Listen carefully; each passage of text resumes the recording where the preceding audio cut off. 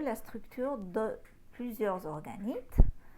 Nous avons vu le réticulum et quelles sont les fonctions du réticulum que nous avons dit, qui est la fabrication de lipides et de protéines.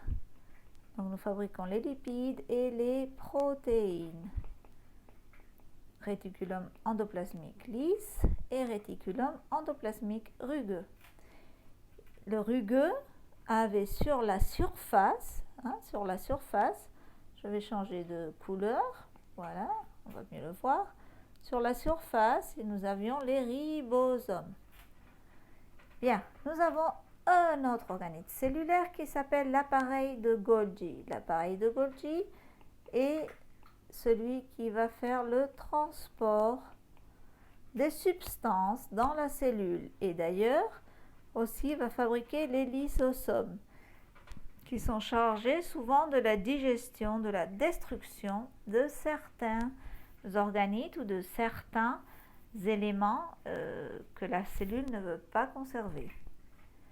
Il y a aussi le cytosquelette qui est donc la structure qui maintient la forme de la cellule et qui maintient les organites cellulaires à leur place.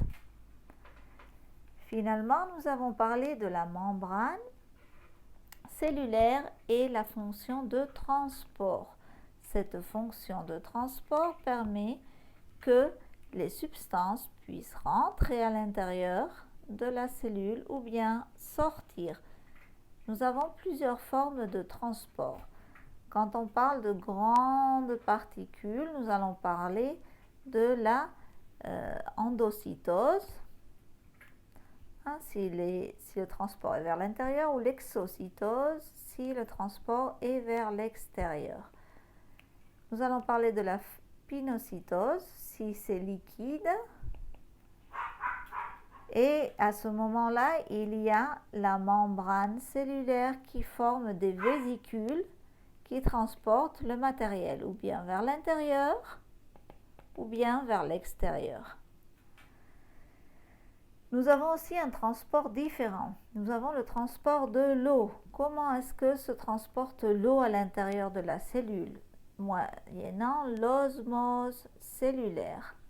L'osmose cellulaire permet la rentrée d'eau à travers une membrane cellulaire. L'eau va toujours voyager à l'endroit où il y a une basse concentration et donc elle ira vers l'endroit où il y a une concentration élevée. Quel est l'intérêt? Pourquoi est-ce qu'elle se déplace? Pourquoi est-ce que l'eau va aller vers où il y a une grande concentration? L'eau va toujours aller vers une grande concentration pour que les deux concentrations, cette concentration et cette concentration, soient pareilles, soient égales. Donc ça, c'est ce qu'on appelle l'osmose. Et finalement, il y a aussi le transport de substances chimiques, par exemple de petites molécules, comme ça peut, par exemple, le sucre, l'azúcar, ou bien de substances plus petites, comme par exemple les sels minéraux, comme ça peut être par exemple le fer, ou le sodium, ou encore le potassium. Donc toutes ces substances vont rentrer dans la cellule moyennant deux formes différentes. La première, c'est le transport passif, c'est-à-dire il n'y a pas d'énergie pour ce transport. Les substances vont aller d'un endroit où il y en a beaucoup, il y a une grande concentration de substances, et elles vont rentrer vers l'endroit où il y a une basse concentration de substances. De donde hay mucho a donde hay poco. D'accord? Et ça, c'est ce qu'on appelle la diffusion. Donc, c'est un transport passif. Ça peut être carrément à travers la membrane ou bien à travers des protéines qui font des poros, ¿vale? Qui font un canal d'entrada. Et il y a le transport actif. Et donc, le transport actif va permettre que les substances passent vers l'intérieur, mais à l'envers, à la inversa. Elles vont passer de là où il n'y en a pas beaucoup, donde hay pocas, a donde hay muchas. ¿Vale? Como va al revés, pues necesita energía. Il y a besoin de l'énergie, hein, pour pouvoir faire ce transport. Hoy vamos a hablar un poquito ya de los tejidos, ¿de acuerdo? Ya hemos visto cómo funcionan las células, todas las células funcionan de manera similar o parecida y las células se van a unir en nuestro cuerpo para formar los tejidos. Hay varios tipos de tejidos, ¿vale? Y nuestros órganos generalmente están formados por más de un tipo de tejido. Estos tejidos tienen cada uno su función específica y está formado por unas células que también permiten al tejido realizar esa función. Antes que todo y antes que nada vamos a hablar de la diferenciación celular. ¿Qué es la diferenciación celular? La diferenciación celular es aquella que permite que a partir de la primera célula, es decir, cuando nuestro óvulo, el óvulo de nuestra madre, se encontró con el espermatozoide de nuestro papi, ¿vale? Y se juntaron y formaron la primera célula, ¿vale? Es lo que llaman el huevo fertilizado, ¿vale? El cigoto, que es el nombre real, ¿vale? Pues entonces a partir de ahí las células empiezan a dividirse y forman un montón, como una mora, algo parecido a una mora, de hecho este estado se llama mórula, ¿vale? Como una mora con un montón de células. Y luego estas células llega un momento en que empiezan a diferenciarse, es decir, que empiezan a haber unas células que tienen más bien una pinta como de exteriores, por así llamarlo, y otras células como de interiores, ¿vale? Y a partir de estas células, de estas líneas celulares, que se llaman células totipotentes, es decir, que a partir de ellas se podría obtener cualquier célula del organismo, se van a diferenciar las células, ¿vale?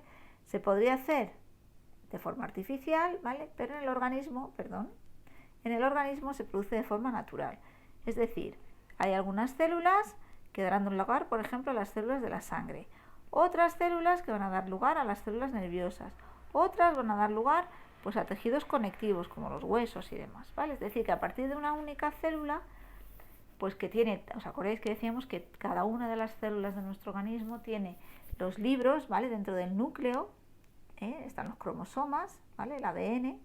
Y aquí, en esos cromosomas, está toda la información que el organismo necesita, es decir, son los libros, ¿vale? Las recetas de cocina que vienen, donde viene escrito absolutamente todo, pues para hacer un hueso, para hacer una neurona o para hacer un glóbulo rojo, ¿vale? ¿Qué es lo que ocurre? Pues que llega un momento que esta célula, que podría utilizar cualquier libro, podría leer cualquier libro, pues decide que no puede leer todos los libros, porque es una barbaridad.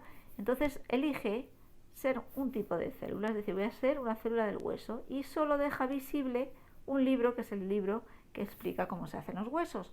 Los demás genes, los demás libros, los mete en la biblioteca y no los abre, ¿vale? Los sigue teniendo, es decir, en una célula del hueso tengo los genes que explican, por ejemplo, cómo se hace un glóbulo rojo, pero evidentemente la célula de los huesos no usa esos genes, ¿vale? Es decir, se ha diferenciado, es una célula diferenciada. Y ya esta célula, que es del hueso, cuando se divida, pues ya solo va a dar células del tipo hueso, ¿vale? Es decir, esta célula no va a poder dar una neurona, por ejemplo.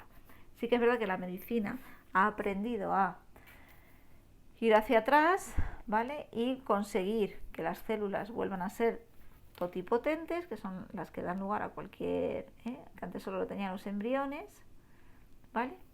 Pero de forma natural en un cuerpo no ocurre, ¿vale? La diferenciación celular es unidireccional, es decir, van hacia una dirección y acaban dando una célula específica. Y esta célula específica, por ejemplo, un glóbulo rojo o una neurona, van a ser las que realizan la función dentro del tejido. ¿Qué tipos de tejidos tenemos en el organismo? Tenemos básicamente 4 grandes tipos de tejidos, ¿vale? Son 4 grandes líneas, por así decirlo. Uno que vamos a llamar tejido conectivo, ¿vale? Otro que vamos a llamar tejido epitelial.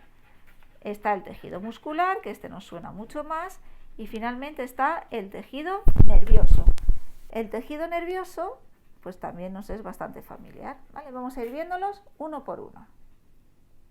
Tejido epitelial.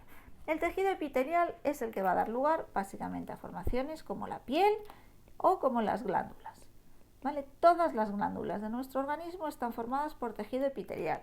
Por ejemplo, las sudoríparas, ¿vale? Las que producen el sudor. También hay otras glándulas, por ejemplo, las glándulas que producen hormonas, ¿eh? O bien también hay glándulas, por ejemplo, que producen pues otras sustancias, como pueden ser los enzimas, ¿vale? Digestivos, las sustancias que se utilizan en la digestión. ¿De acuerdo? Bien, nous allons réviser